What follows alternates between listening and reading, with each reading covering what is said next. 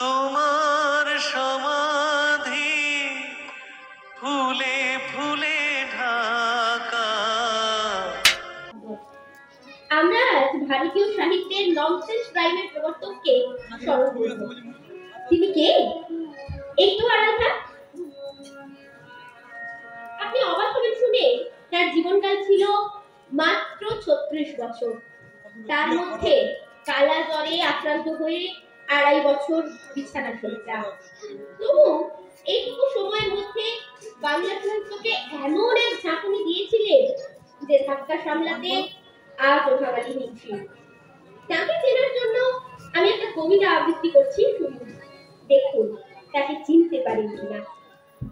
কাঠপুরো বস্তুরি আবল তাবল, প্যাঁচার প্যাঁচানির খুঁড়োর কল, ছায়াবাদী চোর ধরা সাবধান, আল্লাদি গাজনের ফুলোর গাছ, আকাশের গায়ে ও বাবা আজব খেলা অন্ধ মেয়ে কেতা, গুছিয়ে বলা আলো ছায়া ভারী মজা, নদ ছড়া গান, কানা খোড়া সংবাদে অবুঝ পালোয়ান। এই যে আমি আবৃত্তি করলাম, এতে কিন্তু তার লেখা 24টি কবিতার নাম শুধুই আছে। বুঝতে পেরেছেন তাই না? আমি জানি আপনারা ঠিক বুঝতে পারবেন, তিনি আর কেউ নন আমাদের জীবনের সাথে, আমাদের সাহিত্যে, আমাদের সংস্কৃতিতে এখনো জড়িয়ে থাকা সেই অমলিন নাম সুকুমার রায়। তাহলে আজকের এই সমবেত অনুষ্ঠানের নাম আমরা রাখলাম মৃত্যুর শতবর্ষে সুকুমার রায়।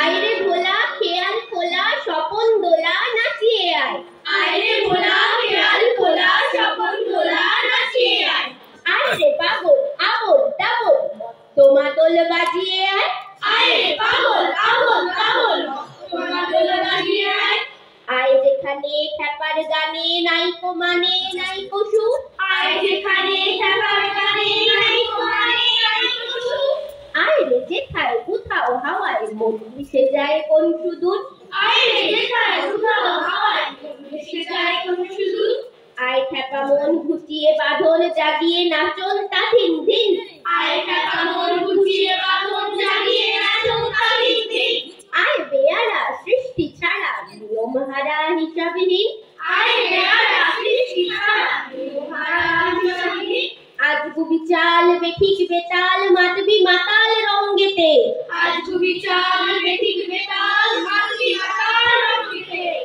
আয় রে তবে ফুলে ভবে অসম্ভবের ছন্দেতে, আয় রে তবে ফুলে ভবে অসম্ভবের ছন্দেতে। তার মৃত্যুর সময় যে 2 বছরের সন্তানকে রেখে গিয়েছিলেন, সেই সন্তান আর কেউ নন, বিংশ শতাব্দীর অন্যতম ভারতীয় চলচ্চিত্র নির্মাতা, চিত্রনাট্যকার, শিল্প নির্দেশক, সঙ্গীত পরিচালক এবং লেখক সত্যজিৎ রায়। নিজের পিতার সম্পর্কে তিনি লিখেছিলেন, জীবন মৃত্যুর সন্ধিক্ষণে উপস্থিত হয়ে এমন রসিকতা আর কোন রসস্রষ্টার পক্ষে সম্ভব হয়েছে বলে আমার জানা নেই। এবার শুনে নেব আয়াজ লস্করের কণ্ঠে আবল তাবল তিন। এক যে ছিল রাজা পুরী, রাজা নয় সে ডাইনি পুরী, তার যে ছিল ময়ূর, না ময়ূর কিসে, ছাগল ছানা, উঠানে তার থাকতো বাড়ি নাই, তার উঠান কোথা, শুনেছি তার পিতৃতো ভাই নয় তো মামা গোসাই, বলতো সে তার শিষ্যটিকে, জন্মকুমার বলবে কি রে, যাও তারা 3টি প্রাণী 5টি তারা সবাই জানে, থনা বাবু কেটে গেছি, আচ্ছা বলে চুপ করেছি। তারপরে যেই সন্ধ্যাবেলা ঝিমনি নাকানো শুতে গেলা, অমনি পেরে জোটাই কোথায় জটা তাইকে ভরা তোমরা কোথা থেকে গোমরা মুখ মুখ করে কি ধরবো এসে দুদিন পরে পিটবো তোমার বন্ধু ধরে, এখন বাপ পালাও কোথা, গল্প বলা সহজ কথা। কবি শঙ্খ ঘোষ বলেছিলেন, ছোটদের জন্য লেখা খুব শক্ত কাজ। লেখক যদি মনে করে চলতি সমাজের মূল্যগুলোকে ভাঙতে চান, ছোটদের সামনে সাজিয়ে দিতে চান জীবনযাপনের স্বাস্থ্যময় ছবি, কিভাবে করবেন তিনি? তাই অনেক সময় তাকে খুঁজে নিতে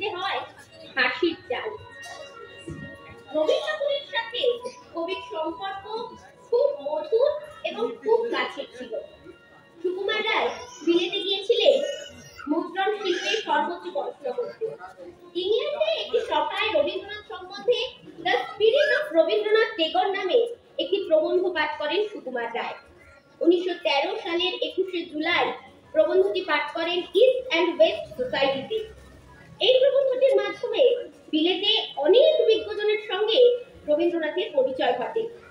প্রবন্ধটি বিখ্যাত পত্রিকা কুয়েস্টে প্রকাশিত হয়। তাই বলা যায় নোবেল পুরস্কার পাওয়ার অনেক আগে থেকেই রবীন্দ্রনাথ ঠাকুরের বিদেশে পরিচয় ঘটে সুকুমার রায়ের মাধ্যমে। এবার আবৃত্তি শুনবো ঈশান মণ্ডলের কণ্ঠে অবাক কাণ্ড।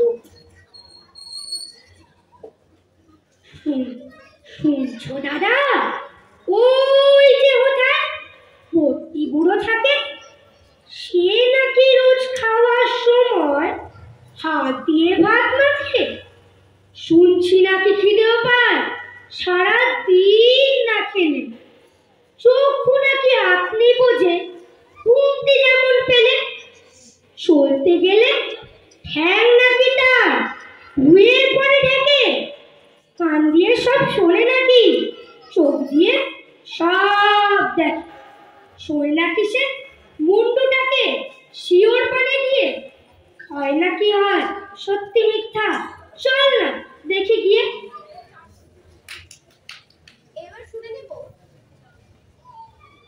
এবার শুনে নেব অস্মিতা মণ্ডলের কণ্ঠে নোট বই।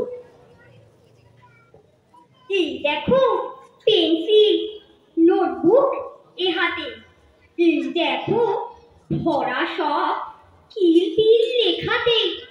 ভালো কথা শুনি যে চটপট লিখি তার। ফড়িংয়ের কটা ঠ্যাং, আরশোলা কি কি খায়। আঙুলেতে আঠা দিলে কেন লাগে চটচট। কাটু কুটু দিলে গরু কেন করে ছটফট। দেখে শিখে পড়ে শুনে বসে মাথা ঘামিয়ে নিজে নিজে আগাগোড়া লিখে গেছে আমি। কান করে কটকট, ফোড়া করে টনটন। ওরে রামা ছুটে আয়, নিয়ে আয় লণ্ঠন। কাল থেকে উলি মোর লেগে আছে খড়কা। ঝোলা গুড় কিসে দেয়, সাবান না কর্তা। এই বেলা প্রশ্নটা লিখে রাখি গুছিয়ে। জবাবটা জেনে নেব মেজদাকে খুঁচিয়ে। পেট কেন কামড়ায় বলো দেখি পারে কে।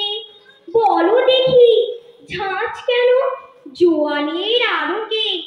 তেজপাতে তেজ কেন, ঝাল কেন লঙ্কায়। নাক কেন ডাকে আর পিলে কেন চমকায়। কার নাম দুন্ধবি, কাকে বলে অরণি, বলবে কি। তোমরা তো নোট বই পড়নি। সুকুমার রায়ের ছদ্মনাম কি ছিল জানেন? জানেন কেউ? উচ্চ নাম পণ্ডিত। একবার সুকুমার রায়কে দেখে রবীন্দ্রনাথ ঠাকুর বললেন, আচ্ছা সুকুমার, তুমি যে লিখেছো ভাব একে ভাব, ভাব দুবনে ধোঁয়া, 3 ভাবে ডিসপেপসিয়া, ঢেকুর উঠবে ছোঁয়া, এটা কি আমাকে উদ্দেশ্য করে লিখেছো? সুকুমার রায় উত্তর দেননি, শুধু এসেছিলেন। তিনি প্রথাগতভাবে আদপে সাহিত্যের ছাত্র নন, বরং বিজ্ঞানের 2 শাখাতে রসায়ন এবং পদার্থবিদ্যায় তিনি সম্মানিত স্নাতক। তিনি এক বিস্ময়কর প্রতিভা। জীবনকালের শেষ 2 বছর তিনি অসুস্থ হয়ে বিছানা শয্যা ছিলেন, কিন্তু এই 34 বছরে তিনি এই বাংলা সাহিত্যকে 2 হাতে দান করে গেছেন। প্রখ্যাত কবি সুনীল গঙ্গোপাধ্যায় বলেছিলেন, সত্যেন দত্ত ও নজরুলের মাঝখানে এসেছিলেন সুকুমার রায়। বাংলা কবিতার আলোচনায় তার নাম আসে না। শব্দ ব্যবহারের দরুন দক্ষতা আর কিছুদিন সময় পেলে বড়দের রচনায় প্রবেশ করলে হয়তো অন্য কৃতি স্থাপন করতে পারতেন তিনি। এবার শুনে নেব অমৃতম পাহাড়ি ও স্পন্দন হাসান মোল্লার কণ্ঠে ফসকে গেল।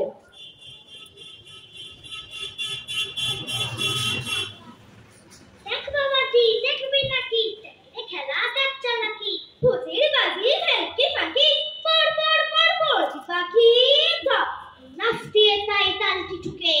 তাক করে চাই দীর্ঘ ঢুকে, ছাড়বো শটান ঊর্ধ্ব মুখে। হুশ করে তোর লাগবে বুকে খা, গুড় গুড় গুড় গুড়িয়ে হাওয়া। খাপ পেতে চেঙ্গষ্ট মামা।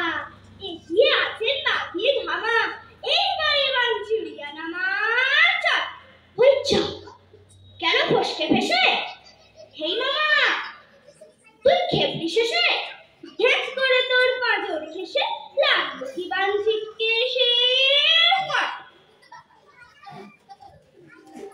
কালাজ্বরে আক্রান্ত হওয়ার পরও মৃত্যুর আগে নিজেকে নিয়ে চরম রসিকতা করেছেন তিনি।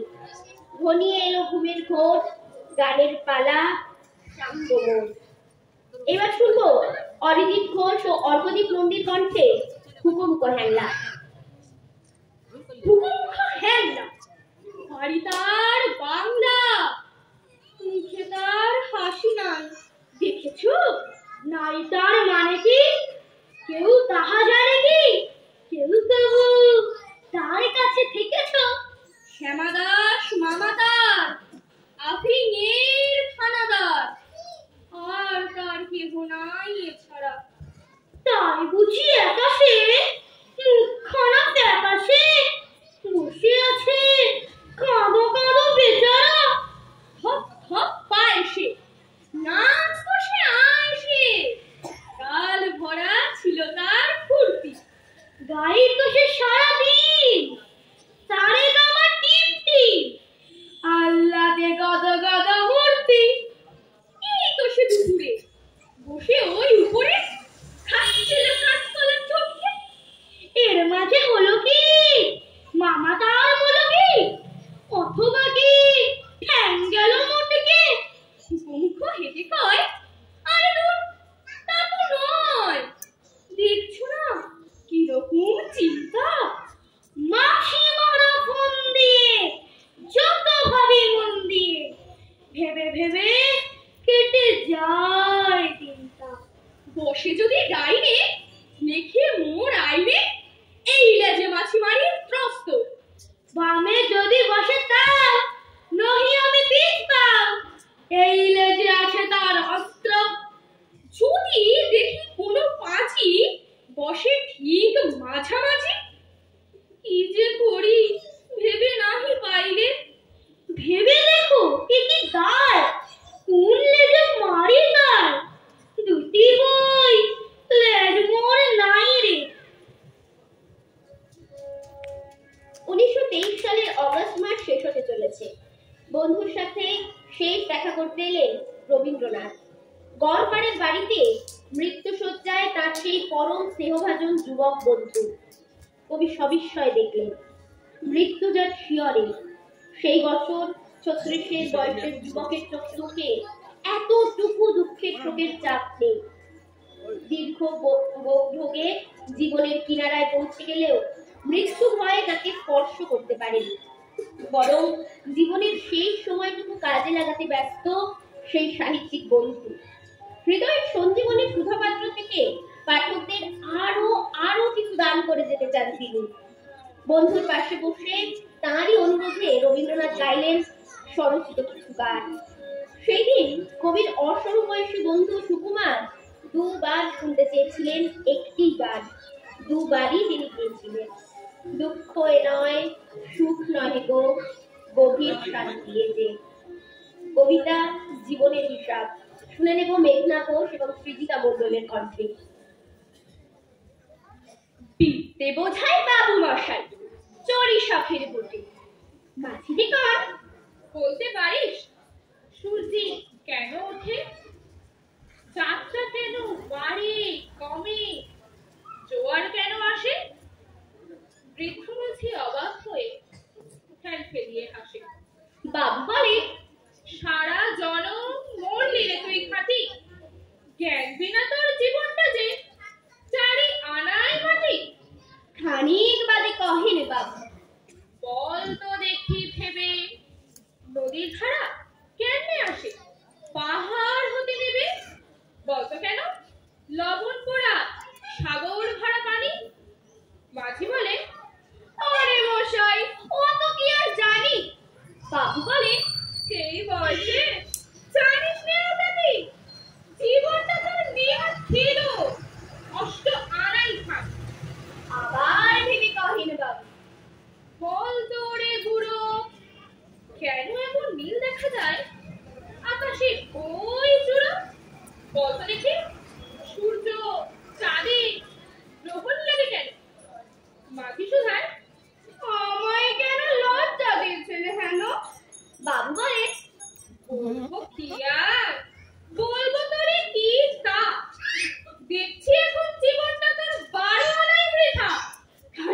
চাঁদের ঝড় উঠেছে, ঢেউ উঠেছে ফুলে।